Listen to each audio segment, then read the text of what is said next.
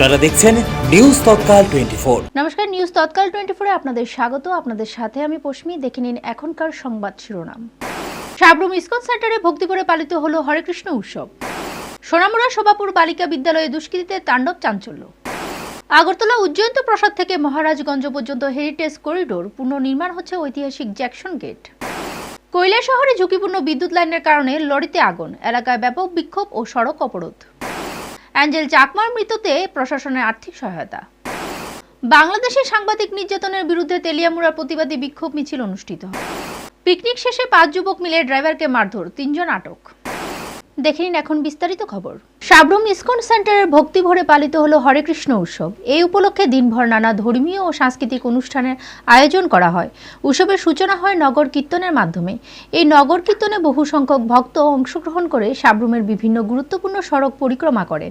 হরে কৃষ্ণ নাম সংকীর্তনের মধ্য দিয়ে পুরো এলাকায় উৎসব মুখর হয়ে ওঠে। নগর কীর্তনের পর বাংলাদেশ থেকে আগত ইসকনের প্রভুরা হরে কৃষ্ণ উৎসব ও এই উৎসবের তাৎপর্য সম্পর্কে ভক্তদের উদ্দেশ্যে আলোচনা করেন। তাদের বক্তব্যে ভক্তদের মধ্যে আধ্যাত্মিক চেতনা আরও গভীর হয়। পরবর্তী পর্যায়ে ইসকন পরিচালিত এক মনজ্ঞ সাংস্কৃতিক অনুষ্ঠানের আয়োজন করা হয়। ভক্তিমূলক গান, নৃত্য ও পরিবেশনার মাধ্যমে অনুষ্ঠানের সমাপ্তি ঘটে। এদিন সাংবাদিকদের সঙ্গে কথা বলতে গিয়ে এক শিশু ভক্ত জানায়, এই প্রাঙ্গণ থেকে বহু ভক্ত গীতা কিনে নিয়ে যাচ্ছেন। তার মতে এ মাধ্যমে হিন্দু ধর্মীয় চেতনা ও আধ্যাত্মিক ভাবনা জাগরণ ঘটছে। সার্বিকভাবে সাবরুম ইসকন সেন্টারে অনুষ্ঠিত হরে কৃষ্ণ উৎসব ভক্তদের মধ্যে গভীর আনন্দ, ভক্তি ও ধর্মীয় চেতনার সঞ্চার করছে। Video report, news Tatkal 24।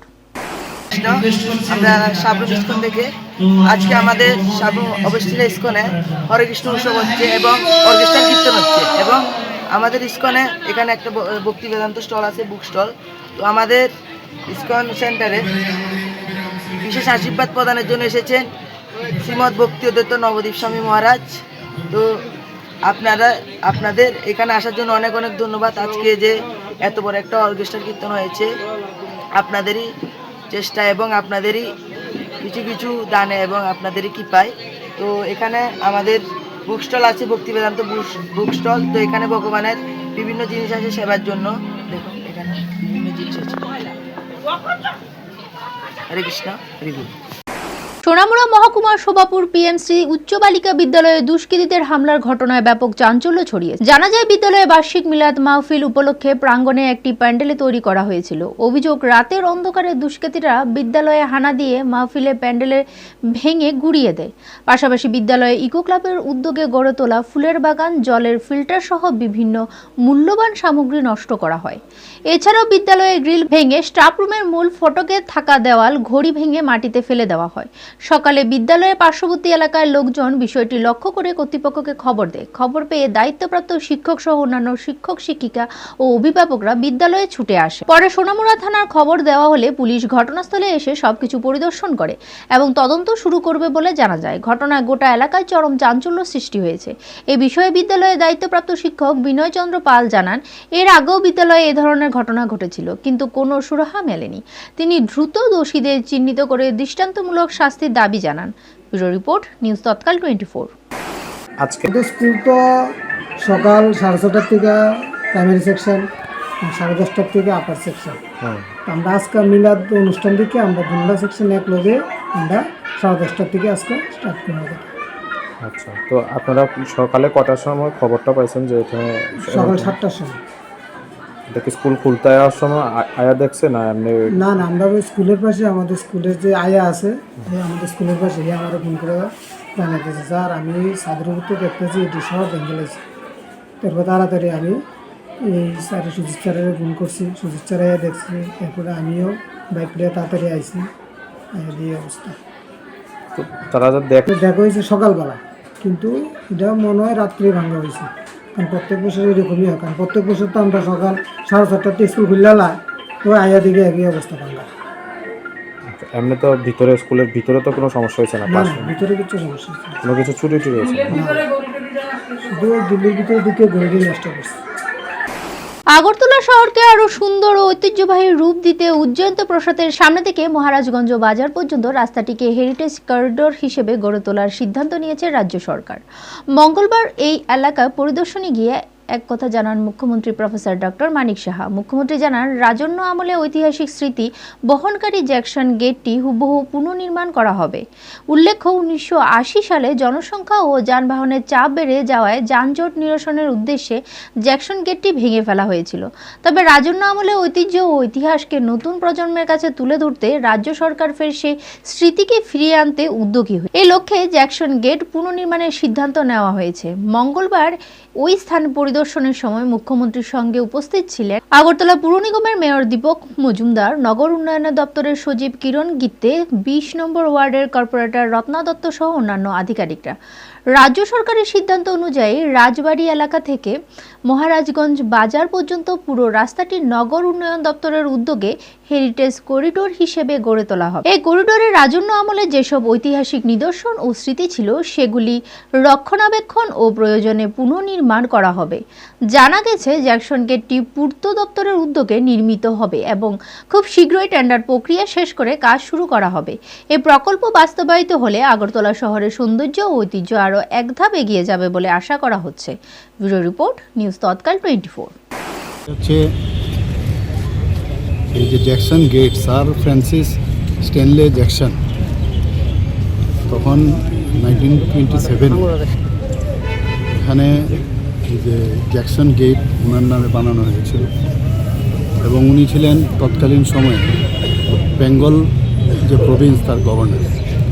এবং 1927-এ এটা শ্রীনিবাস সাহা নামে এক কন্ট্রাক্টর উনি বানিয়েছিলেন এবং হায়দ্রাবাদের যে চারমিনার গেট আছে সেটাকে সামনে রেখে উনি বানিয়েছিলেন। তো এটা মেইন উদ্দেশ্য ছিল মহারাজা, তৎকালীন লাস্ট মহারাজা আমাদের ত্রিপুরা, মহারাজা বীর বিক্রম কিশোর মাণিক্য বাহাদুর, তো ওনার যে রাজ্যাভিষেক এবং 1927-এ রাজ্যাভিষেক হয়েছেন এবং ওনার যে রাজদরবার 1929-এ হয়। তো এই যে জ্যাকসন সাহেব, এই আখাউড়া খালের উপরে এই জ্যাকসন গেটটা বানানো হয়েছিল ওনাকে ওয়েলকাম করার জন্য। আমি যে হিস্ট্রিটা দেখেছি, তো স্যার ফ্রান্সিস জ্যাকসন ওনাকে ওয়েলকাম করার জন্য এটা বানিয়েছিল। উনি এসে এত প্লিজড হয়েছে, এত সুন্দরভাবে কী করে বানালেন। এবং আমরা যখন আগে চিলড্রেন্স পার্কে খেলাধুলা করতাম, আমরা কিন্তু বৃষ্টি পড়লে এখানে দাঁড়িয়ে থাকতাম ছোটোবেলায়। তো এখনও এখানকার যারা লোক এখনও সাইনবোর্ডে দেখবেন জ্যাকসন গেট, জ্যাকসন এখনও দেখুন লেখা আছে জ্যাকসন গেট, কিন্তু জ্যাকসন গেট কোথায়? তো 1981-এ তৎকালীন নৃপেনবাবুর সময় মানে লেফট ফ্রন্টের সময় এটাকে ভেঙে দেওয়া হয়, ওটাকে প্রপারলি মেরামতো করা হয়নি।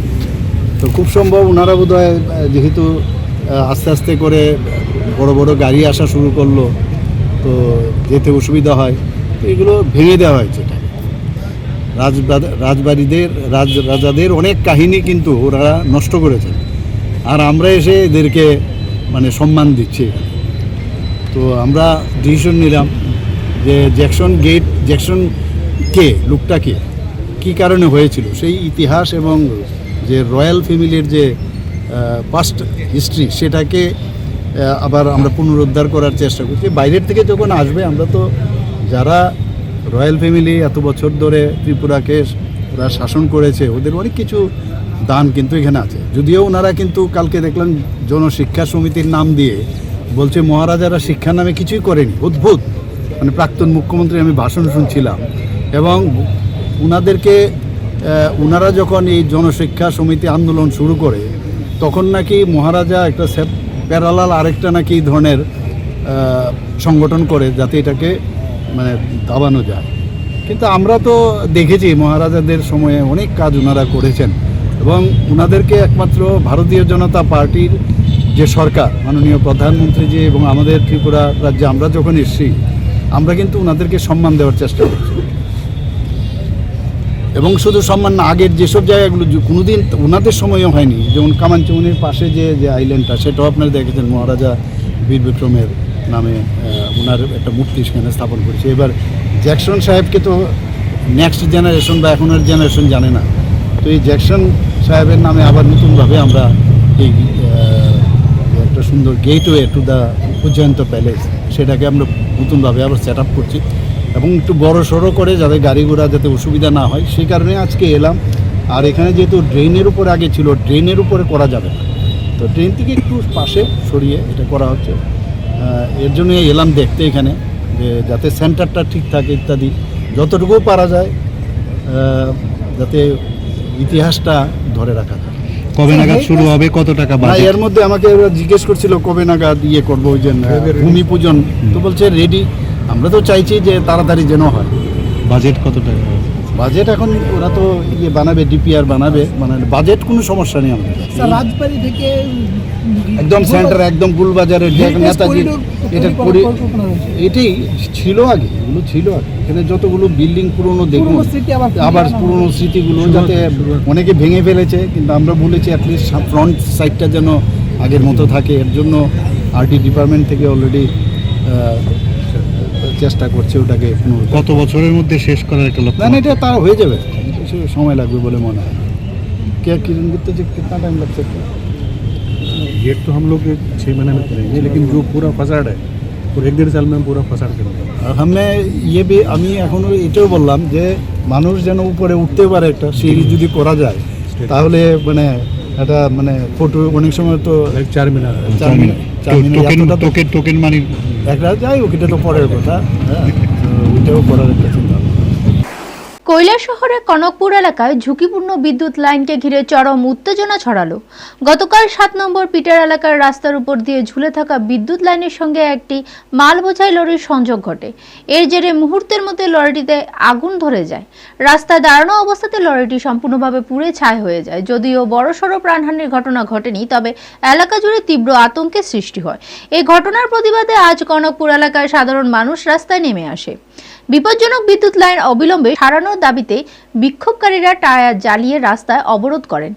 এর ফলে গুরুত্বপূর্ণ সড়কে যানবাহন চলাচল সম্পূর্ণ বন্ধ হয়ে যায় এবং জনজীবন মারাত্মকভাবে ব্যাহত হয়। খবর পেয়ে ঘটনাস্থলে দমকল বাহিনী পৌঁছে জ্বলন্ত টায়ারে আগুন নিয়ন্ত্রণে আনে, তবে আগুন নেভানো হলেও বিক্ষোভকারীরা তাদের অবস্থান অব্যাহত রাখেন। বিক্ষোভকারীদের স্পষ্ট দাবি, 7 নম্বর পিটার এলাকার রাস্তার উপর দিয়ে যাওয়া বিদ্যুৎ লাইন দ্রুত অপসারণ না করা হলে আগামী দিনে আরও বৃহত্তর আন্দোলনে নামা হবে। Bureau report, news Tatkal 24।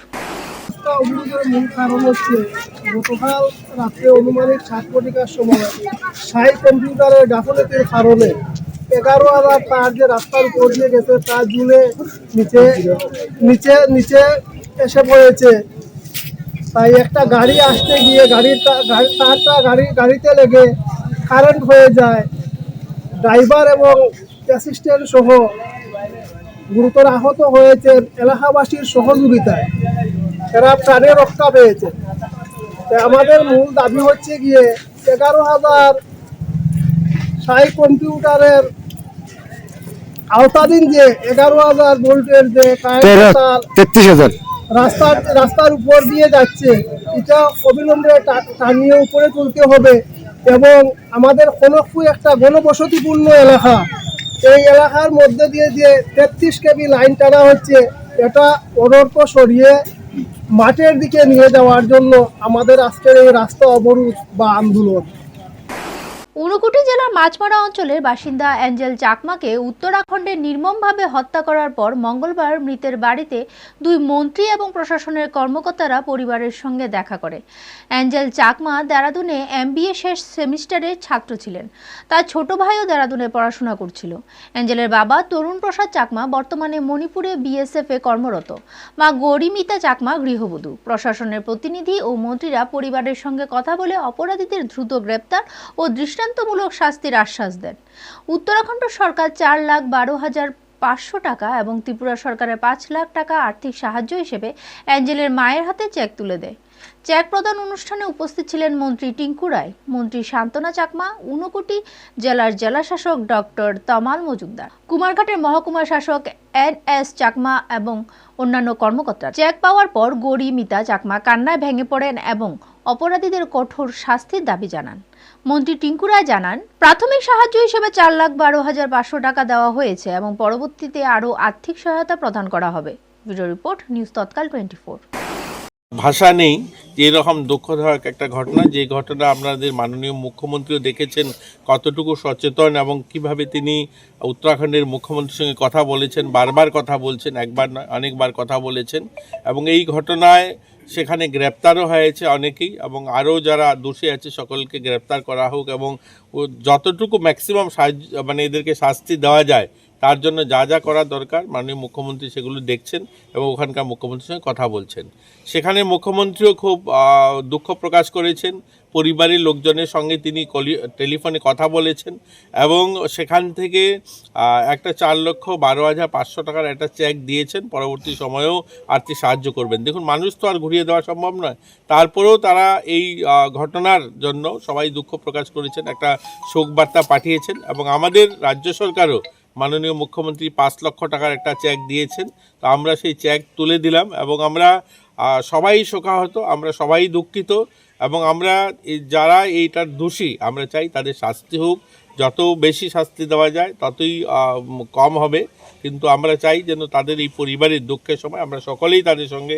শান্তনা চাকমা এখানকার মন্ত্রী, তিনি পেচারতল তিনি বিধানসভা থেকে নির্বাচিত, আপনারা জানেন একদম পার্শ্ববর্তী এলাকা, তো উনিও সঙ্গে আছেন, আমাদের জেলা শাসক আছেন, আমরা সকলেই এসেছি মাননীয় মুখ্যমন্ত্রীর বার্তা নিয়ে। মুখ্যমন্ত্রী বলেছেন যখনই তিনি এই এলাকায় আসবেন, পেচারতল মাছমারা আসবেন, তিনি ওনাদের সঙ্গে কথা বলবেন, দেখা করবেন এবং ওনাদের এই দুঃখের সময় আমরা সকলেই ওনাদের পাশে আছি।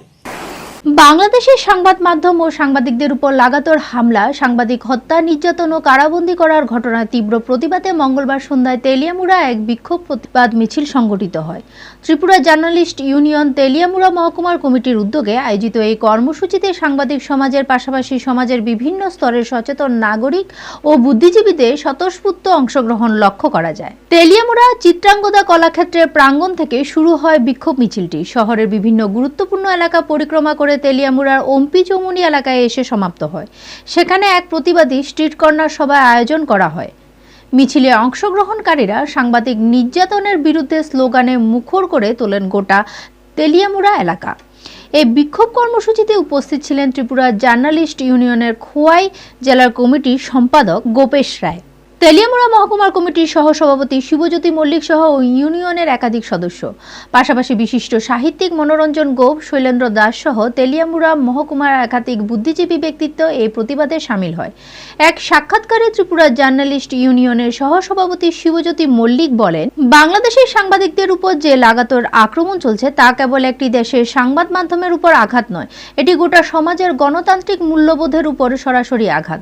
সত্য প্রকাশের অপরাধে সাংবাদিকদের হত্যা, নির্যাতন ও কারাবন্দী করা কোনোভাবেই সভ্য সমাজে গ্রহণযোগ্য হতে পারে না। তিনি অবিলম্বে বাংলাদেশের সংবাদ মাধ্যমদের স্বাধীনতা সুরক্ষিত করার দাবি জানিয়ে আন্তর্জাতিক মানবাধিকারী সংগঠন ও গণতান্ত্রিক শক্তিগুলির দৃষ্টি আকর্ষণ করেন। সবাই বক্তারা একযোগে বলেন, স্বাধীন সাংবাদিকতার গণতন্ত্রের চতুর্থ স্তম্ভ। সেই স্তম্ভ ভেঙে দেওয়া যে কোনোটাই অপচেষ্টা রুখে দিতে সাংবাদিক সমাজকে ঐক্যবদ্ধ ও সংগঠিত প্রতিরোধ গড়ে তুলতে হবে। বক্তাদের মধ্যে সাংবাদিকদের কণ্ঠরোধ মানে সাধারণ মানুষের কণ্ঠরোধ, একথা ভুললে চলবে না। শান্তিপূর্ণভাবে কর্মসূচি সমাপ্ত হলেও সাংবাদিকদের উপর নিপীড়নের বিরুদ্ধে প্রতিবাদ ও লড়াই অব্যাহত থাকবে। এই দৃঢ় বার্তায় স্পর্শ করে দিল তেলিয়ামুড়ার এই প্রতিবাদী বিক্ষোভ মিছিল। Video report, news Tatkal 24। নমস্কার, আমরা ত্রিপুরা জার্নালিস্ট ইউনিয়ন তেলিয়ামুড়া মহকুমা কমিটির উদ্যোগে আজকে তেলিয়ামুড়া টাউন হলের সামনে থেকে এক বিক্ষোভ প্রতিবাদ কর্মসূচি আমরা সামিল হয়েছি। এই বিক্ষোভ মিছিলের মূলত উদ্দেশ্য রয়েছে বাংলাদেশ, আমাদের যে পার্শ্ববর্তী রাষ্ট্র রয়েছে বাংলাদেশ, সেই বাংলাদেশে যে লাগাতার সংবাদ মাধ্যম, সংবাদকর্মী এবং তাদের উপর যে হত্যা, নির্যাতন এবং কারাবন্দী করার যে ঘটনা রয়েছে, সেই ঘটনাকে আমরা প্রতিবাদ জানাই। এই এই উদ্দেশ্যে মূলত আমরা আজকে এখানে থেকে বিক্ষোভ মিছিল শুরু করেছি। আমরা ত্রিপুরা জার্নালিস্ট ইউনিয়নের সঙ্গে তেলিয়ামুড়ার সকল অংশের বুদ্ধিজীবী মহল আজকে আমাদের সঙ্গে সমবেত হয়েছে, তারাও আমাদের এই বিক্ষোভ মিছিলকে সমর্থন জানিয়েছেন। আমরা আজকে তেলিয়ামুড়া চিত্রাঙ্গদা কলা কেন্দ্র তথা টাউন হলের সামনে থেকে এই বিক্ষোভ মিছিল শুরু করেছি। আমরা তেলিয়ামুড়া শহরের বিভিন্ন পথ পরিক্রমা করে আমরা তেলিয়ামুড়া ফল বাজারের সামনে একটি পথসভা করব। আর এই আজকের বিক্ষোভ মিছিল থেকে আমরা বার্তা দিতে চাই, আমরা মৌলবাদীকে ভয় পাই না। গতকাল এক চাঞ্চল্যকর ঘটনায় 5 যুবক মিলে এক ড্রাইভারকে মারধর করেছে। ঘটনাটি ঘটেছে আগরতলা গান্ধীগ্রাম রবিশঙ্কর স্কুল সংলগ্ন এলাকায়। পুলিশ জানায়, উদয়পুরের ছবিমুড়া থেকে পিকনিক শেষে ফিরে গিয়ে ড্রাইভার প্রশান্ত সাহার গাড়ি রিজার্ভ করা 5 যুবক তার ব্যাপক মারধর করে। তারা ড্রাইভারের কাছ থেকে স্বর্ণালংকার সহ অন্যান্য মূল্যবান জিনিস চুরি করে নিয়ে যায়। ঘটনার পর ড্রাইভার প্রশান্ত সাহা পুলিশকে খবর দেন। পুলিশ দ্রুত ঘটনাস্থলে পৌঁছে 3 জন যুবককে আটক করে। বাকি 2 জনের খোঁজ চলছে। পুলিশ এই ঘটনায় সম্পূর্ণ তদন্ত শুরু করেছে। আজ ড্রাইভার প্রশান্ত সাহা তার সহকর্মীদের সঙ্গে এয়ারপোর্ট থানায় এসে আনুষ্ঠানিকভাবে মামলা দায়ের করেছেন। পুলিশ জানিয়েছেন, যারা আটক হয়েছে তাদের বিরুদ্ধে দ্রুত আইনগত ব্যবস্থা নেওয়া হবে। স্থানীয়রা এই ঘটনার বিষয়টি জানিয়ে বলেছেন, এই ধরনের ঘটনা সমাজের জন্য আতঙ্কের কারণ হয়ে দাঁড়াচ্ছে। পুলিশ সাধারণ মানুষকে নিরাপদ রাখার জন্য সক্রিয় পদক্ষেপ নিচ্ছে। Bureau report, news Tatkal 24। কাল রাত 12টার সময় আমাদের এখানে একটা রিপোর্ট হয়, একজন ড্রাইভারকে মারধর করেছে 3 জন ছেলে মিলে। তো আমরা তারপরে ঘটনাস্থলে যাই, গিয়ে আমরা 3 জনকে আটক করে থানাতে নিয়ে আসি। আর কি কেউ আছে তার সাথে? একটা কেস নেওয়া হয়েছে, ইনভেস্টিগেশন চলছে, ইনভেস্টিগেশনে জানা যাবে। ঘটনাটা বেসিক্যালি আমার গাড়ি সুইফট ডিজায়ার, তো গাড়ি কমার্শিয়াল পারপাসে আমার ইউজ হয়। তো গতকাল আমার পাইলট বাইক ছিল না, তা যার কারণে আমার একটা ছোটো ভাই আমাকে একটা টিপ দিয়েছিল। ভাইয়ের নাম হচ্ছে অনির্বাণ। তো বলা হয়েছিল যে স্পেশালি একটা ছবিমুড়ার একটা ট্রিপ আছে, তো ঠিক আছে গেলাম। তো 11টা সাড়ে 11টা নাগাদ এখান থেকে তারা 4 জন যাওয়ার কথা ছিল স্পেশালি, তো গিয়ে যাওয়ার পর দেখি 5 জন। তো তারা রিকোয়েস্ট করার পরে তো ঠিক আছে আমি নিয়ে গেলাম। তারা যাওয়ার আগের থেকেই অলরেডি ড্রিঙ্কিং অবস্থায় ছিল। তারপর আমি বললাম যে নিয়ে যাবো না, ঠিক আছে আর ড্রিঙ্কিং করবো না, চলো। তো গাড়ির মধ্যে ওরা বলছে ড্রিঙ্কিং স্মোকিং করতে চাইছে। তো আমি বলছি যে ঠিক আছে, আমি স্পেশালি স্মোকিং ড্রিঙ্কিংটা আমি পছন্দ করি না, তোমরা যদি খেতে চাও তাহলে গাড়ির বাইরে খেতে পারো, ওটা আমার কোনো আপত্তি নেই। তারপর ঠিক আছে, তারপর তারা জায়গায় জায়গায় স্টপেজ করতে করতে সকাল 11:30 রওনা হলাম। তারপর 6:30 নাগাদ ছবিমুড়া পৌঁছলাম।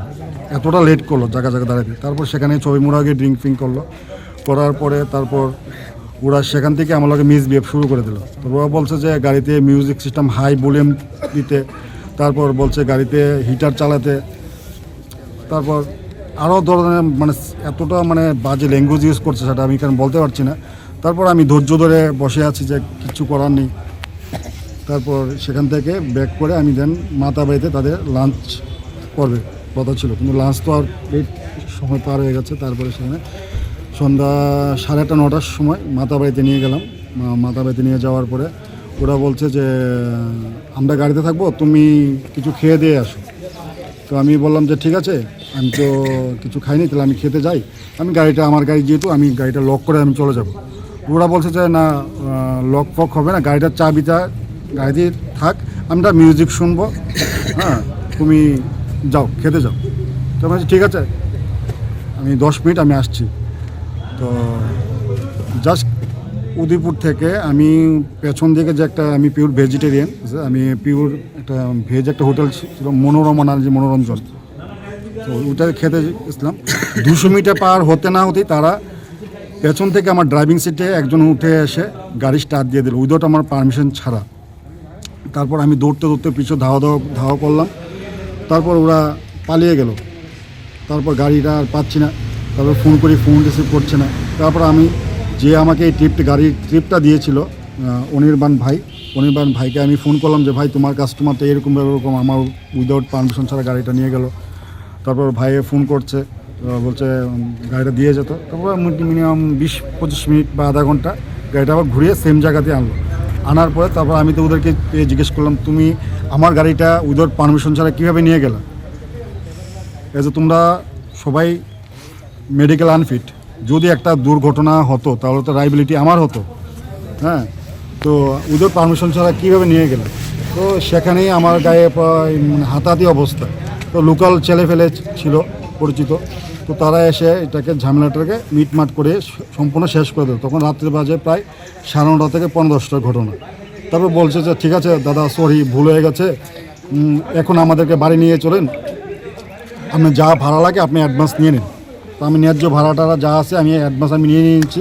তারপরে সেখান থেকে ওরা বলছে যে আমাকে যেখান থেকে নিয়েছি ওখানে ড্রপ করার জন্য। তারপরে আমি ঠিক আছে, যেখান থেকে নিয়েছি সেখানে ড্রপ করা মাত্র গাড়ি থেকে নেমেই আমাকে এলো পাথর। কোন জায়গায় ড্রপ? এটা হচ্ছে রবিশঙ্কর স্কুলের পেছনে জঙ্গলটা একটা কালভার্ট আছে, সেখান থেকে আমাকে জোরপূর্বক, ওরা 5 জন ছিল, 5 জন জোরপূর্বক টেনে হিঁচড়ে আমাকে পাশের একটা জঙ্গলে নিয়ে গেল। সেখানে আমাকে এলো পাথর, কিল, ঘুষি, রড, বাঁশ, বিয়ারের বোতল দিয়ে আমার আঘাত করা হলো। মিনিমাম 20-25 মিনিট অ্যাটাক করা হলো। তারপর আমাকে চিৎকার চেঁচামেচিতে আশেপাশে গ্রামবাসীরা বেরিয়ে আসলো, তারপরে আমাকে বাঁচানোর চেষ্টা করছিল। তারপর এখান থেকে আমি পালিয়ে সোজা আমি এয়ারপোর্ট থানাতে আমি চলে আসলাম। তারপর আমি এয়ারপোর্ট থানাতে এফআইআর করা হলো। এখনকার মতো সংবাদ শিরোনাম এই পর্যন্ত। পরবর্তী সংবাদ দেখার জন্য চোখ রাখুন নিউজ তৎকাল 24-এর পর্দায়।